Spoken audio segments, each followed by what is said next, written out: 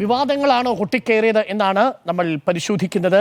മധു, തീർച്ചയായും ഈ തെരഞ്ഞെടുപ്പ് തുടക്കം മുതൽ തന്നെ വിവാദങ്ങളിൽ മാത്രം ചുറ്റിത്തിരിഞ്ഞു നിന്ന തെരഞ്ഞെടുപ്പാണ്. ഇന്ന് ഈ കൊട്ടിക്കലാശത്തിന്റെ സമയത്ത് ഇന്ന് കൊട്ടിക്കലാശമല്ലായിരുന്നെങ്കിൽ എന്തായിരുന്നു എന്നാണ് ഈ കൊട്ടിക്കലാശത്തിന് മണിക്കൂറിൽ ലൈവ് നിന്നപ്പോൾ ഞാൻ ആലോചിച്ചുകൊണ്ടിരുന്നത്.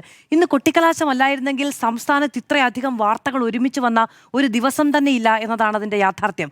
അതിൽ ആദ്യത്തേത് ഞാൻ പ്രളയമാണ് ആദ്യം പറയാമെന്ന് വിചാരിക്കുന്നത്. ഇപ്പം നോക്കൂ, നേരത്തെ ഡോക്ടർ അരുൺകുമാറും സ്മൃതി മാഡവും ചൂണ്ടിക്കാണിച്ചതുപോലെ ഒരു നിയമസഭാ രേഖ നമ്മുടെ മുന്നിലുണ്ട്. അതിന് മറുപടി നൽകിയത് കെ കൃഷ്ണൻകുട്ടി തന്നെയാണ്, ജലവിഭവ വകുപ്പ് മന്ത്രി. 2018 മറുപടി നൽകിയിരിക്കുന്നു. ഹൈബീഡിന്റെ ചോദ്യം ഈ വിവാദത്തിലേക്ക് തന്നെ വഴിവെക്കുന്ന ഒരു ചോദ്യമായിരുന്നു. തോട്ടപ്പള്ളി സ്പിൽവേയിലെ ഷട്ടറുകൾ 2018 ആഗസ്റ്റിലുണ്ടായ പ്രളയത്തെ തുടർന്ന് എപ്പോഴാണ് ഉയർത്തിയത് എന്ന്. തുടർന്നല്ല ഉയർത്തിയത്, 1 മാസം മുമ്പായിരുന്നു. അതിലെ കൃത്യമായ ഡേറ്റ് വരെ ചൂണ്ടിക്കാണിച്ചുകൊണ്ടാണ് നിയമസഭാ രേഖയുള്ളത്. പ്രസ്തുത സ്പിൽവേയിലെ ഷട്ടറുകൾ ഉയർത്തുന്നതിൽ എന്തെങ്കിലും കാലതാമസം ഉണ്ടായി കണ്ടെത്തിയിട്ടുണ്ടോ? ഇല്ല. ഇനി ഉയർത്തിയതിലുണ്ടായ അനാസ്ഥയാണ് കുട്ടനാട്ടിലെ വെള്ളപ്പൊക്കം രൂക്ഷമായതെന്ന ആക്ഷേപം ശ്രദ്ധയിൽപ്പെട്ടിട്ടുണ്ടോ? ശ്രദ്ധയിൽപ്പെട്ടിട്ടില്ല. ഈ 3 മറുപടികളാണ് അതുമായി കിട്ടുന്നത്. നോക്കൂ, 145 വർഷം കേരളത്തിൽ കിട്ടിയതിൽ വെച്ച് ഏറ്റവും വലിയ മഴയാണ് ഈ 2018 ഉണ്ടായത് എന്നുള്ളതാണ് അന്ന് നമ്മുടെ മുന്നിലേക്ക് വന്ന ഒരു വിവരം. ഇതിൽ 3 കാര്യങ്ങൾ, 3 കമ്പൈൻഡ് ഫാക്ടേഴ്സാണ് അന്ന് ഈ പ്രളയത്തിന് കാരണമായത്. അതിലൊന്ന് എബവ് നോർമൽ റെയിൻ. സാധാരണഗതിയിൽ കിട്ടുന്നത്, ഞാൻ നേരത്തെ പറഞ്ഞല്ലോ, 145 വർഷത്തിനിടയിൽ കിട്ടുന്ന ഏറ്റവും വലിയ മഴയുണ്ടാകുന്നുണ്ട്. രണ്ടാമത്തെ, നമ്മുടെ റിസർവോയറുകളിലെ സ്റ്റോറേജ് അതിൻ്റെ ഏറ്റവും മുകളിൽ നിൽക്കുന്ന ഒരു സാഹചര്യം ഉണ്ടായിട്ടുണ്ട്. മൂന്നാമത്തേത്, സ്റ്റേറ്റ് വൈഡായി വലിയ തോതിലുള്ള മഴയുണ്ടായി. ഇത് 3ഉം കമ്പൈൻഡ് ആയിട്ട് വന്ന സാഹചര്യത്തിലാണ് നേരത്തെ സ്മൃതി മാഡം പറഞ്ഞതുപോലെ ഒരു രാത്രിയിൽ ഈ പറയുന്നത് പോലെ ജലം തുറന്നു വിടേണ്ടി വരുന്ന സാഹചര്യം ഒക്കെ ഉണ്ടായത്. ഈ 3 അതായത് റിസർവോയറിൻ്റെ ഹൈറ്റിൽ പെട്ടെന്ന് ഇത് തുറന്നു വിട്ടു എന്നുള്ളതല്ല, അതിനെ സപ്പോർട്ട് ചെയ്യുന്ന തരത്തിൽ നോർമൽ അല്ലാത്ത മഴയുണ്ടായി. രണ്ടാമത്തത് സംസ്ഥാന വ്യാപകമായതുണ്ടായി. അല്ലാതെ കവിഞ്ഞു പോരും. തീർച്ചയായും വലിയ അപകടം ഉണ്ടാകും. അപ്പൊ അതുകൊണ്ട് തന്നെ അത് തുറന്നു വിടാൻ നിർബന്ധിതമാകുന്ന ഒരു സാഹചര്യം ഉണ്ടായിരുന്നു എന്നുള്ളതാണ്. നോക്കൂ, KSEBിയുടെ കൺട്രോളിൽ സംസ്ഥാനത്ത് 79 ഡാമുകളാണുള്ളത്.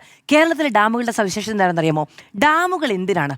ഡാമുകൾ 3 കാര്യങ്ങൾക്ക് വേണ്ടി ഉപയോഗിക്കും. ഒന്ന്, എനർജി ജനറേഷന് വേണ്ടി ഉപയോഗിക്കും. രണ്ടാമത്തേത് ഈ ജലവിതരണത്തിന് വേണ്ടി ഉപയോഗിക്കും. മൂന്നാമത്തേത് ഫ്ലഡ് കൺട്രോളിന് വേണ്ടി ഉപയോഗിക്കും. നമ്മുടെ കേരളത്തിലെ ഈ റിസർവോയറുകൾ, ഡാമുകൾ ഒന്നും ഫ്ലഡ് കൺട്രോളിന് വേണ്ടി രൂപപ്പെട്ടതല്ല. നമ്മുടെ ഇവിടെയുള്ളത് ജലസേചനത്തിനും ഈ ഇലക്ട്രിസിറ്റി ജനറേഷനും വേണ്ടിയിട്ട് മാത്രം രൂപപ്പെട്ട ഡാമുകളാണുള്ളത്.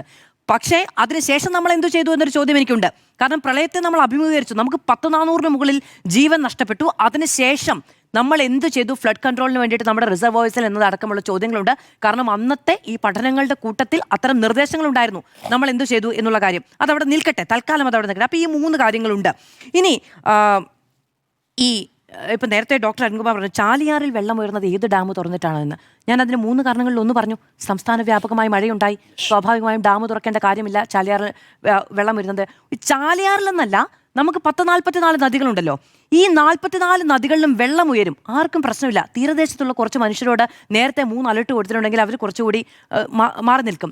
ഈ ഏത് നദിയിലും വെള്ളം ഉയർന്നിട്ടുണ്ടെങ്കിൽ അത് ഈ ജനവാസ മേഖലയിലേക്ക് പരന്നു കയറുകയും വീടുകളടക്കം വെള്ളപ്പൊക്കത്തിലാകുന്ന സാഹചര്യം ഉണ്ടാകുന്നിടത്ത പ്രശ്നം.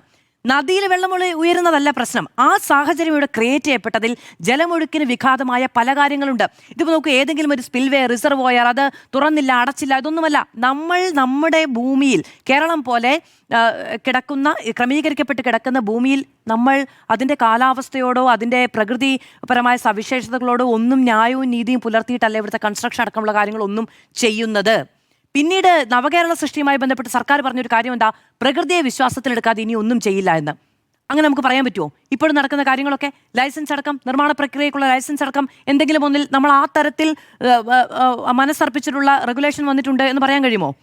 ബുദ്ധിമുട്ടുകളുണ്ട് അതുമായി ബന്ധപ്പെട്ട്. അപ്പോൾ അതങ്ങനെ കിടക്കുന്നുണ്ട്. ഇനി ഈ ഹൈക്കോടതി വിധി വന്നപ്പോൾ ഈ പറയുന്ന ശബ്ദരേഖ പുറത്ത് വന്നിട്ടില്ല. ഹൈക്കോടതി വിധി വന്നപ്പോൾ ഇത്തരം ഇപ്പം നോക്കൂ, അന്ന് അങ്ങനെ ഒരു ഈ വിവാദത്തിൻ്റെ പിന്നാലെയാണ് ഇങ്ങനൊരു ഓഡിയോ പുറത്ത് വരുന്നതെന്ന് ആലോചിച്ച് നോക്കൂ. നമ്മളിപ്പോൾ കാണുന്നത് പോലെ ഹൈക്കോടതി വിധി ഉണ്ടല്ലോ ഇപ്പോൾ എന്ന് പറയുമോ? അന്ന് ഈ പറയുന്ന കേരളം പ്രളയത്തിൽ മുങ്ങി അതിൻ്റെ ബുദ്ധിമുട്ടുകൾ അനുഭവിച്ച മനുഷ്യന്മാർ എന്താണ് പറയുക, ഈ ക്യാമ്പിൽ പോയി കിടക്കുന്ന സമയത്താണ് ഈ ഓഡിയോ പുറത്തു വന്നെങ്കിൽ അതിൻ്റെ പ്രഹരശേഷി എന്തായിരിക്കും? സ്വാഭാവികമല്ലേ? അപ്പോൾ ആ നിലയ്ക്ക് അതവിടെയുണ്ട്. ഇനി നോക്കൂ, ഈ ഞാൻ പറഞ്ഞല്ലോ, ആ ഒരൊറ്റ വർഷത്തെ 2018 റെയിൻ എന്നുള്ളത് മാത്രമല്ല, 1/6/2018 19/8/2018 ഇടയ്ക്കുള്ള 1-2 മാസം തന്നെ ഇവിടെ കേരളത്തിൽ കിട്ടിയിട്ടില്ലാത്തതുപോലെയുള്ള മഴയുണ്ടായിട്ടുണ്ട്. 42% അധികം മഴയുണ്ടായിട്ടുണ്ട് എന്നുള്ളതാണ് സ്റ്റഡീസ് സൂചിപ്പിക്കുന്നത്. 15-ാം തീയതി, 16-ാം തീയതി, 17-ാം തീയതി ഈ 3 ദിവസങ്ങളിൽ മാത്രം more than heavy, extremely heavy ആയിട്ടുള്ള മഴയാണ് ഈ കേരളത്തിൽ കിട്ടിയത്. സ്വാഭാവികമായും അതിന്റെ ദുരന്തഫലം നമുക്ക് പേറേണ്ടി വന്നു എന്നുള്ളതാണ്. 43 സെന്റിമീറ്ററിലധികം. യെസ്. ഇനി ഞാൻ ഇതാണ് ഇതിൻ്റെ ഒരു പശ്ചാത്തലം. ഇനി ഞാൻ വരുന്നൊരു കാര്യം നോക്കൂ. ഈ ഓഡിയോ പുറത്തു വന്നു. ഞാൻ വിചാരിക്കുന്നത് കെ കൃഷ്ണൻകുട്ടി ആദ്യം ചെയ്യേണ്ടത് വ്യാജ ഓഡിയോ പുറത്തു വന്നു എന്ന് പറഞ്ഞ് നിയമ നടപടിക്ക് ഒരുമ്പെടുക എന്നുള്ളതാണ്. അദ്ദേഹം അത് ചെയ്തിട്ടില്ല. സ്ഥാനാർത്ഥിയൊന്നും അല്ലല്ലോ. സ്വാഭാവികമായും അദ്ദേഹത്തിന് വേണമെങ്കിൽ അത്തരം നിയമ നടപടികളിലേക്ക് കടക്കാം. അദ്ദേഹം ചെയ്തിട്ടില്ല.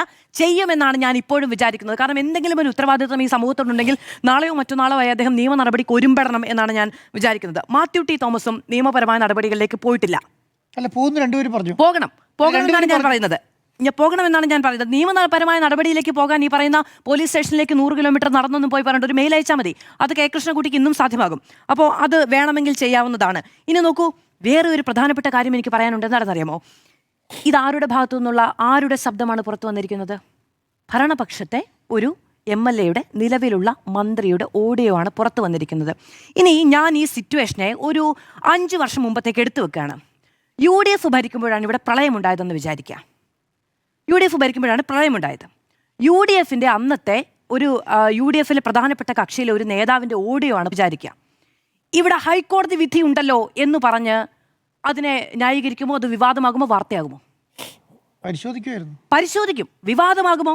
അത് രാഷ്ട്രീയമായി ഉപയോഗിക്കാതിരിക്കോ? പരിശോധിക്കട്ടെ. ഇതും നമുക്ക് പരിശോധിക്കണം. ഇതും പരിശോധിക്കണം. അതാ ഞാൻ പറഞ്ഞത്, പരിശോധിക്കണം. അപ്പോ വാർത്തയാകുമോ?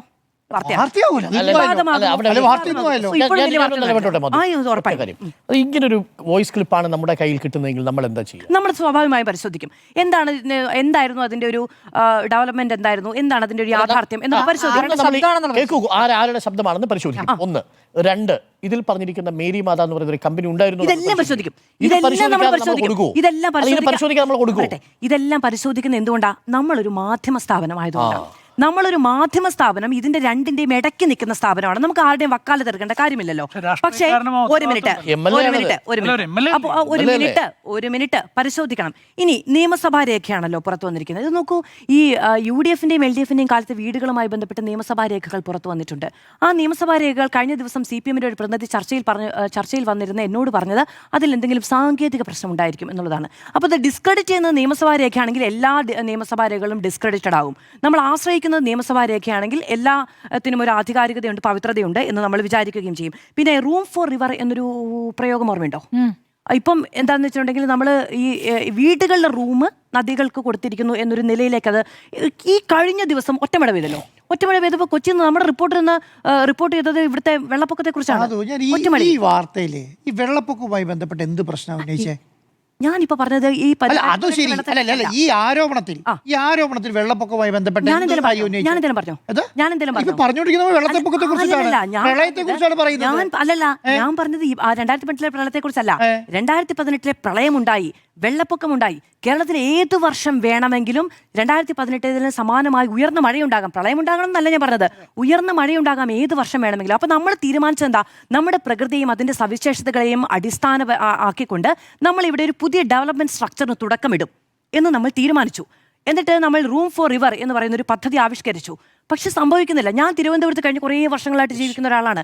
പേട്ട, ചാക്ക തുടങ്ങിയ ഒരൊറ്റ മഴ പെയ്താൽ മതി, വിമാനത്താവളത്തിൽ നീന്തിപ്പോകേണ്ടി വരുന്ന സാഹചര്യം ഉണ്ടാകും ഇവിടെ അടക്കം. ഇനി എനിക്ക് ഒറ്റ കാര്യം കൂടി പറയണ്ടേ, അതായത് രണ്ടാമത്തെ വിവാദത്തിലേക്ക് വന്നില്ല, കുറച്ച് താമസിച്ചു, ക്ഷമിക്കണം. ഓക്കെ, ഇനി ഈ രണ്ടാമത്തെ വിവാദം ഈ തെലങ്കാന മുഖ്യമന്ത്രി രേവന്ത് റെഡ്ഡി നടത്തിയതുമായി ബന്ധപ്പെട്ടാണ്. തോന്നിയവാസം, പച്ചയ്ക്ക് തോന്നിവാസം എന്നല്ലാതെ എനിക്ക് അതിനെക്കുറിച്ച് ഒന്നും പറയാനില്ല. ഞാൻ തെലുങ്ക് പഠിക്കാനും പോകുന്നില്ല, മലയാളം പഠിക്കാനും പോകുന്നില്ല. ലെറ്റർ ഹെഡിൽ, ഒരു മുഖ്യമന്ത്രിയുടെ ലെറ്റർ ഹെഡിൽ കേരളത്തിൻ്റെ മുഖ്യമന്ത്രിയെ നീ എന്ന മലയാളം പറയാൻ അറിയാമെങ്കിൽ പറഞ്ഞാൽ മതി. ആരും നിർബന്ധിച്ചൊന്നുമില്ലല്ലോ സിനിമ ഡയലോഗ് അടിക്കാൻ. കഴിഞ്ഞ ദിവസം ഇന്നാള് BJP-യുടെ സംസ്ഥാന അധ്യക്ഷൻ ഇവിടുന്ന് എനിക്ക് മുണ്ടും മുറുക്കി കൊടുക്കാനും അറിയാം, വേണമെങ്കിൽ തെറി അറിയാന്നൊക്കെ പറഞ്ഞു. പിറ്റേ ദിവസം പറഞ്ഞു പോയി പണി നോക്കാൻ. ഇതെന്താ ഇങ്ങനെ പറയുന്നത്? അത് ഡു യുവർ ജോബ് എന്നാണ് അദ്ദേഹം ഉദ്ദേശിച്ചത്. അതായത് മലയാളത്തിന് ആരും നിർബന്ധിക്കുന്നില്ല എന്ന്, മലയാളം അറിയാവുന്നവർ പറഞ്ഞാൽ മതി എന്നുള്ളതാണ്. അപ്പം നീ പോ മോനെ ദിനാശ എന്ന് പറയുന്നുണ്ടെങ്കിൽ നീ എന്താണ്, പോ മോനെ എന്താണ്, ദിനേശ എന്താണ് എന്നൊക്കെ അറിയാമെങ്കിൽ പറഞ്ഞാൽ മതി. ഇവിടെ ആരും തൊണ്ടയ്ക്ക് കുത്തിപ്പിടിച്ച് പറഞ്ഞതല്ല എന്നുള്ളതൊരു കാര്യം. നോക്കൂ, ഉദയനിധി സ്റ്റാലിൻ തമിഴ്നാട്ടിലെ സർക്കാരിനെതിരെ ഒരു കേന്ദ്രമന്ത്രിയുടെ പ്രതികരണം വന്നപ്പം ഉപയോഗിച്ച ഒരു കാര്യം എന്താണെന്ന് അറിയാമോ? എനിക്ക് തമിഴ് വളരെ കൃത്യമായിട്ടൊന്നും അറിയില്ല. അവന്മാരുടെ അപ്പൻ വീട്ട് സ്വത്താ നമ്മ കേട്ടെ എന്നാ തിരിച്ചു ചോദിച്ചത്.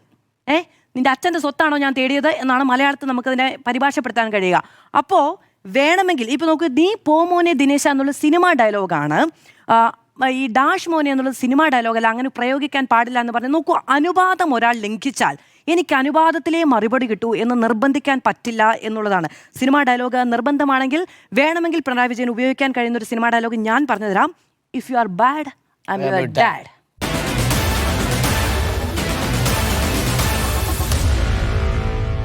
Meet the editors.